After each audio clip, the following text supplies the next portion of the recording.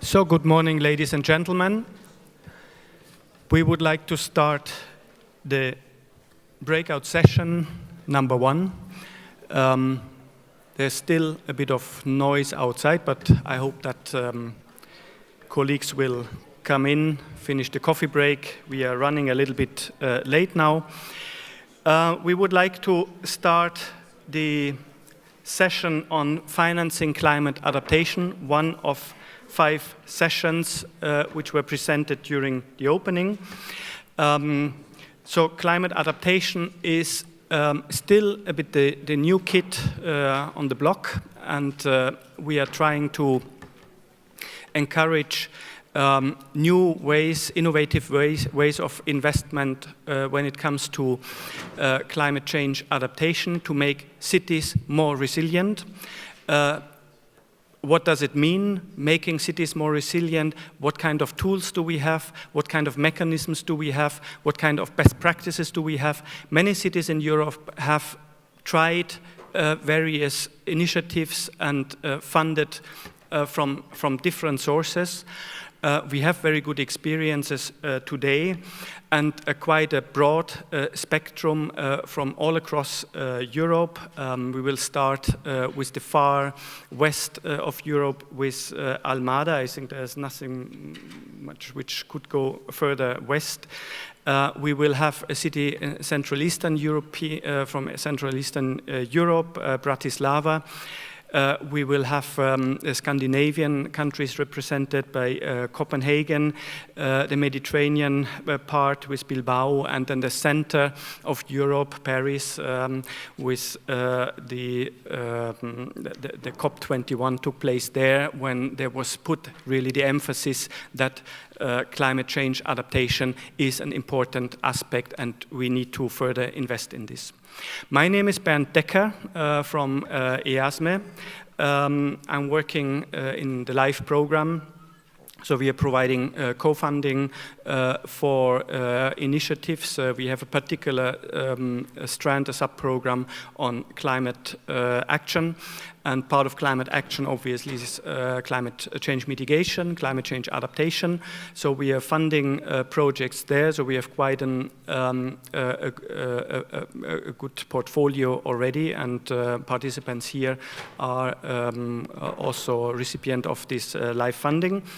But within EASME, we are managing other programs, as you have heard, more on the research side. Horizon 2020, Societal Challenge 5 is the program, and then energy efficiency done in the Intelligent Energy Europe program, which was running quite for a long time. So, with this short introduction, I would like to give the floor to Catarina Freitas from Almada, a city south of Lisbon. I think at the coast, almost at the coast, very nice beach, so it's a very nice city. For the last 20 years, you have been the head officer for energy, climate, environmental issue in the municipality of Almada. So you have quite a large experience, big experience in this regard. You have been running many projects, locally funded projects, European funded projects on energy efficiency, on mobility. You are also coordinating the local strategy on climate change and sustainable urban mobility plans. I mean, this is something, it's good that it's to mention here, because this is also an initiative which is being undertaken by many cities in Europe to make urban mobility more sustainable. And you are an executive member of the local energy management agency of Almada, Ageneal, which I think has been running a lot of important and successful projects. So you will be talking about the Climate Revolving Fund, which you have been setting up in Almada, which was originally supported by Intelligent Energy Europe program, and we would like to hear how this is evolving and how it has developed and what successes you can report to us. The floor is yours. Thank you so much. It is on. Okay. Can you hear me? Yes, okay. Good morning to everyone. Thank you, Bernd. It was a very nice introduction, so it will make my life easier. We are very pleased to be here and to share with you some of our ideas and practices on our climate action and how was it important to create this financial mechanism really to accelerate the investments that we were willing to do on this area. So the topics of my presentation, I was asked to go really deep on some of the issues and technical issues of our climate fund. So I will do it. A lot of information, but please feel free to contact me during the discussion period to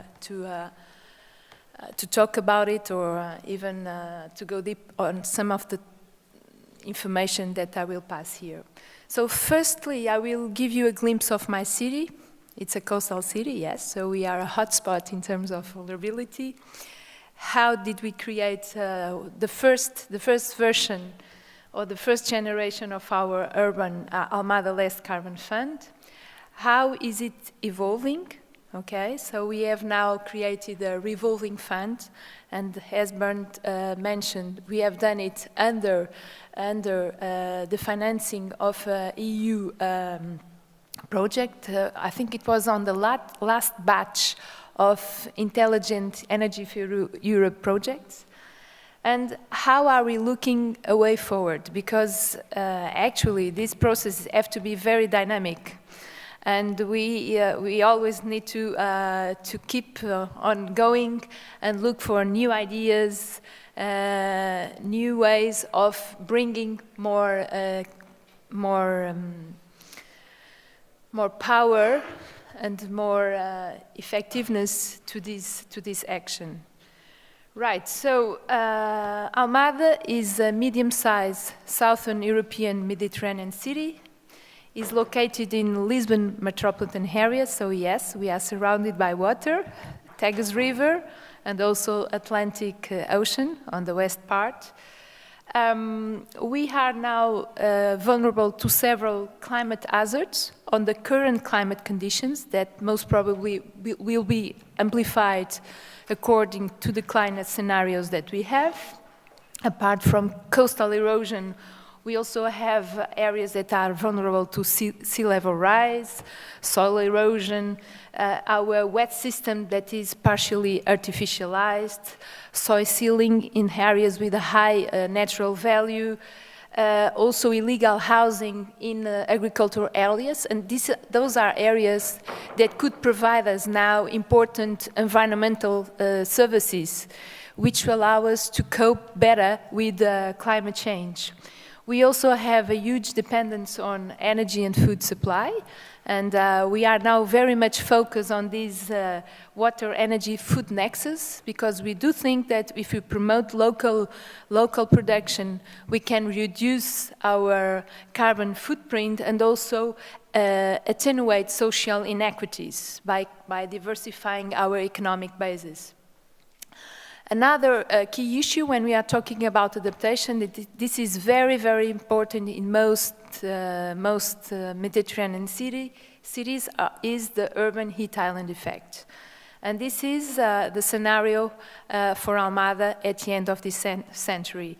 And I've actually included this next slide because you can see, what you see on your left inside is the current situation. So you see that we already have urban heat island effect on the most dense areas of our territory. But if you look at your right, you will see what will be the scenario at the end of this century. And actually, we had to change the scale because all the models say that in Almada, we will have more frequent heat waves, events, and they will last longer. And you can see here this parameter, and you will see that now, in this scale, we have 0 to 6 days, but we had to change the scale, the colors of the scales, otherwise everything would be red. So this is what's happening in Almada in Lisbon. Actually, you can see here, Lisbon, on the north bank of Tagus River, and within all the most of Portuguese cities. When we look at on our energy dependency, a huge effort has been made to profit our natural sources, so energy that is coming from the sun to produce electricity, to produce thermal energy. But you realize that these two arrows are still unbalanced, so we need to more or less put them on the same weight. The two most important sectors are the transport and the building sectors. So the picture, you can see it here. The first one weighs for 32%, sorry, and the buildings and services, they both together 42%. So we are an urban city, and it's more or less in average with what's happening in other cities in Europe. As most of European cities, we also established and set up a climate change strategy. At the beginning, we were very focused on mitigation. So we have set up on mitigation. So we have set up greenhouse gas inventory.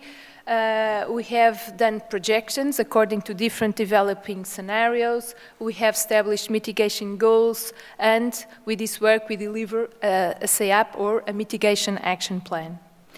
Later on, we start working on adaptation. So we evaluate the current vulnerabilities, how they will be amplified by climate change, and we have set up an adaptation plan. So this is very common to most of the cities that are working in this area. To put in practice this strategy, we had to create several mechanisms, several tools, and one of it was really the Almada Less Carbon Fund that we created in 2009. So just after we signed the Covenant of Mayors, we were inspired by the session that took place here on the European Parliament. And we were really thinking on how could we accelerate investments, how could we put everybody within the municipality aligned with this purpose of reducing our emissions. So that was really the main or the driving force to create this fund. Objectives: accelerate public investment on climate action, generate co-benefits between different investments.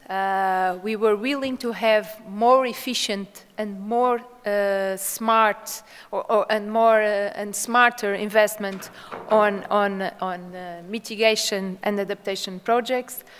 We were willing to involve all the municipal staff on this objective, and how they could contribute to a low-carbon agenda, and really driving Almada to a low-carbon city. So those were really the main objectives. How was this created? So we define a budget line within our annual corporate plan that should internalize the financial compensation of our CO2 emissions from the previous year, okay? And of course that when we create this in 2009, we had different expectations on how the carbon market would work. So actually, concerning the value of CO2 per ton, we are adjusting it annually. Of course, looking at what the market evolution says, but also on the price of the technology that is available in Portugal. We have here a very important role from our local energy management agency, because actually they are peer reviewing all the projects and defining the criteria to evaluate and prioritize the different investments. And for us, it was also a way to motivate and mobilize the old staff. Because Bernd was mentioned that I've been working in this area for the past 20 years, but if I come to my colleagues from the educational department, at the end of the day, they are worried about how they are running the schools, not on the energy bill. Okay, so that's my concern, that's my core business. So how can we put everybody and align everybody in this topic? So this was, for us, was also important to mobilize all the staff. Oops. This is a very simple schematic picture on how does it work. So we look at all the activities, their emissions, which is the cost of CO2, the ton of CO2 per year. This value is considered to define the budget on the annual corporate plan, and according to the budget, we prioritize a pool of projects. So that's very, very, very simple. This is just a portfolio of some of the projects that we have put in place, financed by the Climate Fund. So different time, renewable energy sources, talent management of public lighting. Well, basically, we are all involved in this area. So, but you see that initial focus was on mitigation, not on adaptation. I will come to that later. So, in this period of time, we have more or less invested 1.7 million euros, which allow us for nearly 400,000 euros of savings per year, which is an immense value. Okay, once you have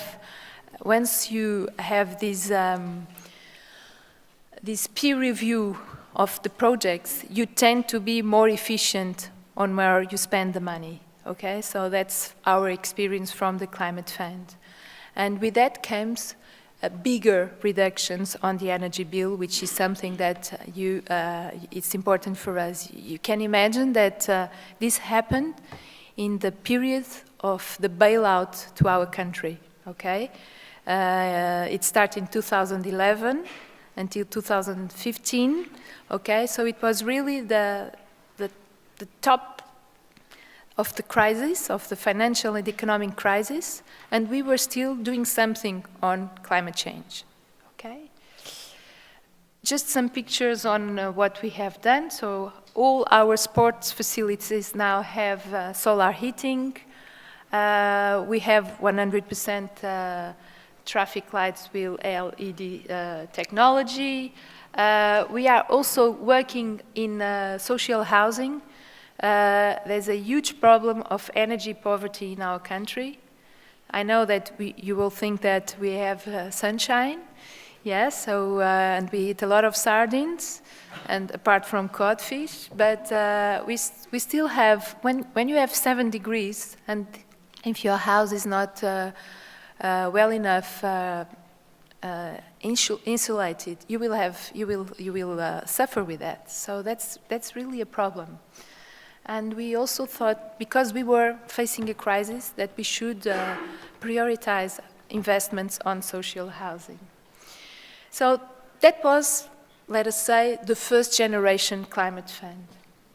So then we decided, no, but we need to go further. We need to find a way to reinvest the energy savings on the fund. And that was actually the next step.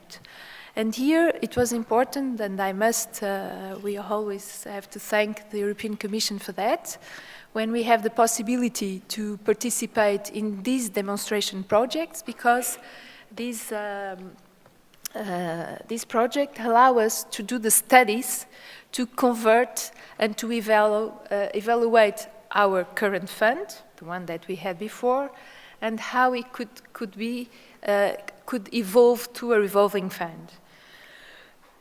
Because still, although people are not paying for the investments. Let's come again to my colleagues from the educational department. If they want to promote energy efficiency on the schools, the investment was done by my department because I'm managing the climate fund. However, they still don't pay the energy bill.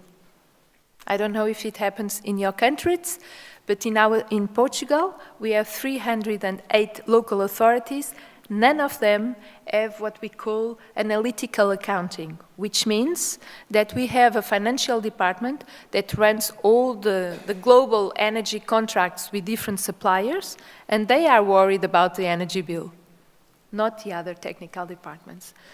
So this is something that is running like that. So we thought that we should evolve to a situation where we could, let us say, compensate. We could look at energy savings, and part of it would inflow to the fund, and part of it would go to the technical departments, which we call the clients. Okay, so they would have an incentive to be more active on promoting projects, and also, because you will realize after all, they will sign a contract with my department saying that they will have to run that measure properly, which means if the energy reduction is not in compliance with what was expected, they won't receive the money. Let's very briefly, I will describe it to you. Okay, so, oops, sorry. Again. Right. I need to sit because, right. So basically you have here the staff, okay? This is the energy department, the financial department, and all these departments, they have an idea.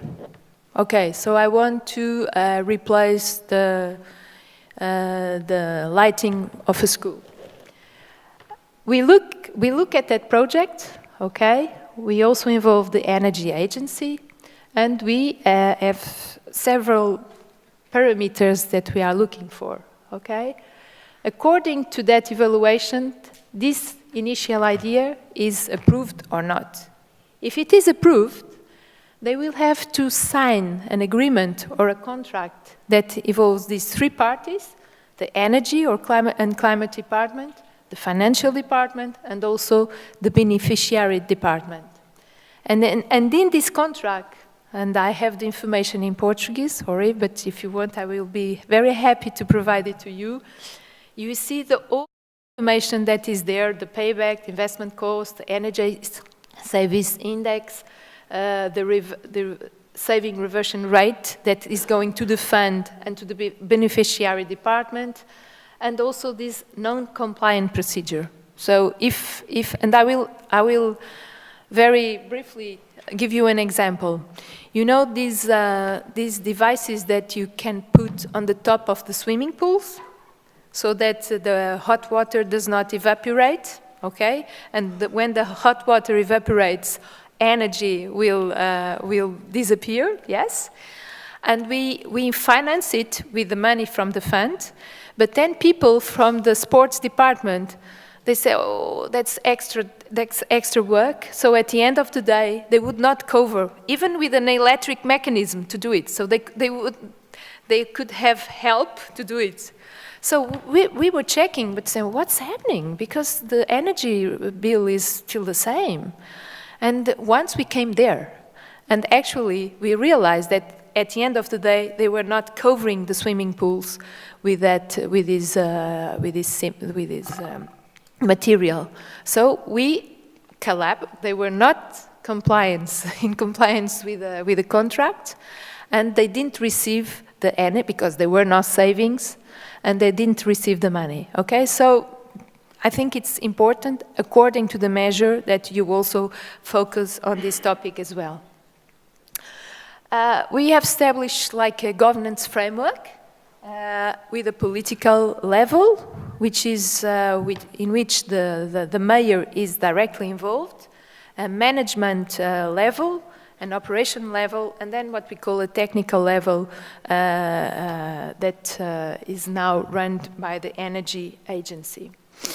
So, four steps. The first one is really to look at the idea, and the beneficiary department or the technical department approaches the fund manager, which in our case is our department, and with a brief description on the action, on the measure, or on the project.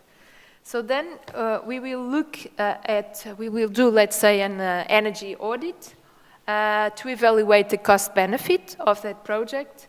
And this is done by our department and also the Energy Agency.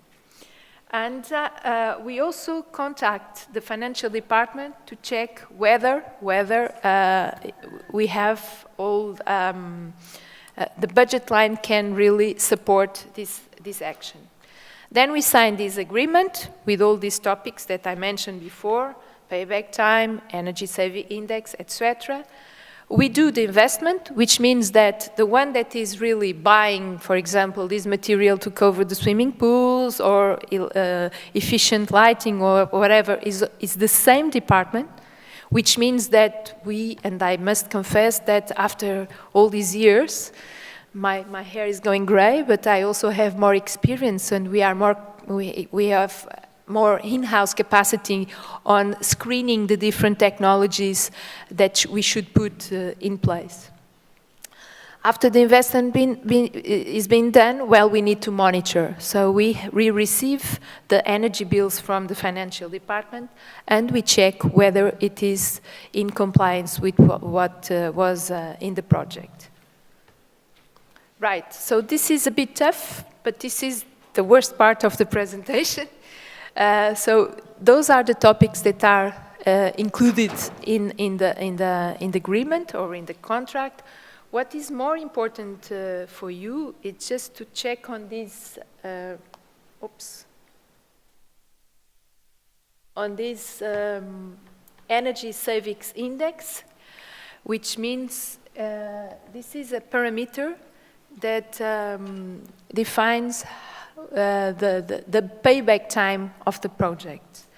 And under this scheme, we are not financing projects that have an energy saving index more than one, okay? Because it means that the lifetime of the project is higher than the payback time. So, and what's happening is when this energy index time is very high, then the project is very good. So what happened is that when we divided the money between the fund and the technical department, we can give more money to the technical department. So the smaller the energy index, energy savings index is, the bigger the money goes to the fund. Otherwise, the fund will collapse. Okay. So far, the range of the savings reversion rate is between 50 and 95%. So when the project is not good, more money. It takes longer to the payback time, yes, then more money is going to the fund, less money is going to the financial department. Okay, so this is a bit tricky to establish all these financial flows, okay? And if you want to do something similar in your cities, it's really important that you involve your financial department. Because in the end, we have to accomplish our accounting with the national laws and also the European laws, okay? So we have to be very careful to define all the flows of money so that this works smoothly and with no problems. I have a lack of time, yes, okay, I need to worry. It looks very, very complicated, but let me just show two examples. Right, so for example, this one, the beneficiary was the cultural department. The investment was 11,000 euros, not much. The savings per year, 6,000 euros. The lifetime, 10 years, so you see it's quite big. And you can see that in this situation, we have an index, energy savings index of nearly 6. So we are sharing half the savings. And this is done in all the projects that were involved. It's the same scheme. So what we've realized that is that this revolving fund makes all the savings more visible to everyone, allow us to prioritize measures with the best cost benefit, and that's really important, particularly if you are facing a crisis period. We are also allowed to monitor how the measures are being implemented, which is something that normally doesn't happen. We invest and then, okay, we don't care. And also, it also promotes more interest on energy efficiency, usually that is very focused on my department. Let's now just go to adaptation, because adaptation is a bit tricky when you think about these schemes. Basically, because you are talking about long-term benefits. Okay, so they are very difficult to elevate in this 10 years, for example, scale time. We are still designing how to follow this procedure in adaptation projects. What we are doing is we are testing it in two different situations, in pure adaptation projects and also in what we call win-win projects, which are projects that are adaptive and also promote mitigation.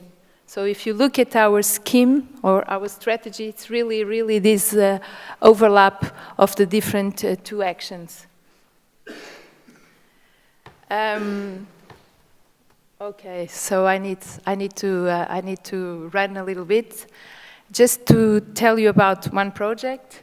And then what are we doing in respect to the future? We have actually developed what we call multi-adaptation projects, which is projects that have benefits in different vulnerabilities, but they are also mitigation projects. In our case, we look at areas that were deprived areas with different projects, soil erosion, green and blue infrastructure, bottlenecks, etc. And we have intervened in a way that, and this is what's important, because these projects are now considered win-win projects, so we are using the fund on adaptation via adaptation plus mitigation projects, and you will see that we also can bring CO2 to these adaptation projects. Just to finish, okay, to let you know what we are doing now. What we realize when we look at this big picture is that the municipality, okay, we are front runners, but we are only responsible for less than 5% of the total emissions. So we need to bring the community on board. And they really account for more than 95% within the transport sector and the other sectors. So what we are doing now is that we realize that there's a limitation on our current fund, basically because using only municipal funding, it limits the size of the projects, among other things. So, and that again, because the money is scarce, if the projects they don't have an interesting cost benefit, they will not be put in place. So what we are doing now, we are creating these package or bundle projects, and actually that make them more bankable. And now what we are trying is to create private investment cooperatives with our citizens, gathering for ESCO's investments, to have more, to embroad the pool of our projects. So this bundle projects idea will allow us to finance initially non-eligible projects and also increase the direct participation of our community. Okay, that's really important. Now that the municipality is all on board, focus on this topic, we still have huge work to do to involve our community, because actually what we are seeking is to have a prosperous community. So we want to travel from where we are here. This is a graphic that shows the CO2 emissions per capita, and here you have the GDP. So we want to become more prosperous, but not on using a lot of energy.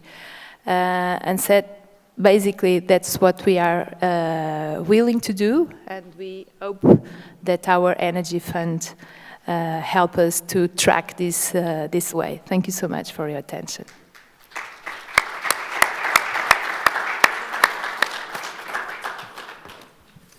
So thank you very much, Catarina, for this very interesting presentation. I have, of course, the unpleasant role to keep the presentation within the time limit, but having such an interesting aspects here presented, I think it was worthwhile to listen to it. We have a little bit of buffer time still left to answer questions. So first question here, a second question there, a third question here. So there's 3 questions, please, in a row, and then Catarina will answer them. Hi, I'm Anya from the Covenant of Mayors initiative. I just wanted to ask, one of the main questions cities ask every time when they hear about a successful project is, how many people had to work on it to make it successful, especially for the evaluation of all the project that you're receiving? So that's my first question. The second one, are you now working with probably other cities, especially in Portugal, to share your best practice and experience and making sure more cities will then have this successful project? Second question, please. Hi, Victor Gancel from Climate Heat. So thank you for this very inspiring presentation. My question deals with the skills or the competencies gaps that you alluded to. You said, oh, over time we became better or more knowledgeable. So could you please specify, was it like technical expertise or financial expertise? And how did you manage to, well, get those skills, and if you had ideas to maybe scale or, scale cities or increase cities' competencies faster across Europe? Thank you. Thank you. There was a third one. Front row, please. Yes, I have Laura Van Huet. I am a consultant. I work on financing projects from mostly energy efficiency, but climate change transition in general. I have 2 questions. One related to the project, because your business model is based on mostly the saving. You are using the saving to finance the fund, and I have a question concerning exactly this model, because it is some rebound effect, which is very important around this model, the saving, and mostly you are working with mostly short-term or middle-term project, lighting project. So, and what about longer term project, like on building, on housing, for example? And the second question is concern the use of ERDF. Portugal has an envelope, ERDF envelope, and like you know, it is the Commission is supporting now the combination of different instruments. Are you using this envelope in your fund? So, Catarina. Okay. Afterwards. Okay, so how many people? How many we are? We are 7. Okay. For us, it was including the Energy Agency. So we are 3 of us plus 4 people from the Energy Agency that is subcontracted by the municipality. The key issue of having an external service or an external entity is that some people within the municipality are suspicious. Why are you choosing that lamp? So if someone from outside came to us and said, no, that's really a nice lamp, it's very effective, it was well tested, it lasts for 10 or 15 years or something like that. If it's Catarina mentioned that, it's one thing. If it's someone from the agency mentioned and exactly the same, it has another impact. You mentioned also about involving other cities, so we are actually trying to establish a project within Lisbon metropolitan area. You know that in Portugal we don't have regions, okay, so we have the central government and the local authorities. So we had the local elections last October, 1st of October, big changes in Lisbon metropolitan area, even in Almada. And what we have now decided to do was within Lisbon metropolitan area, so it accounts for 18 municipalities, although they represent 3 million people in 10 million, so a great part of Portuguese population is placed in Lisbon metropolitan area, and we are scaling up our scheme to Lisbon metropolitan area, okay?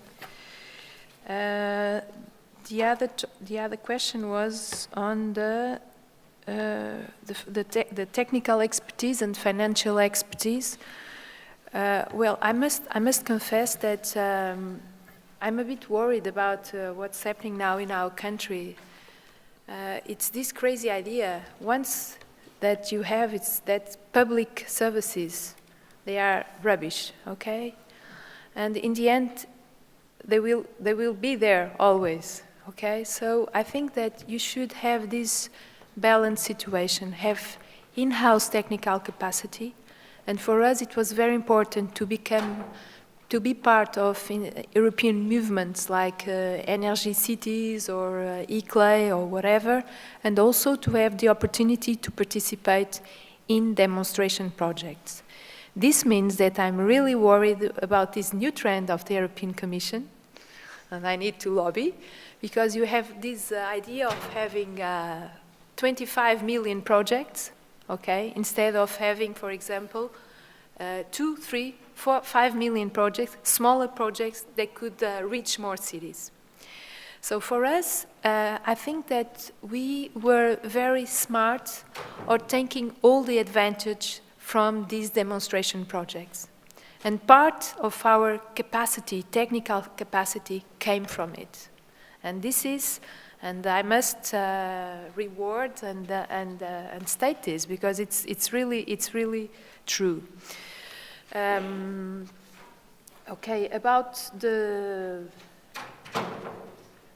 model that is focused on saving, maybe I didn't explain myself properly, but we still have this compensation money. Okay, so what we have now in the fund is the financial compensation of our emissions of 2 years before, okay? And when we started, you might remember that the price of CO2 was about 25 euros per ton, and now is less than €1.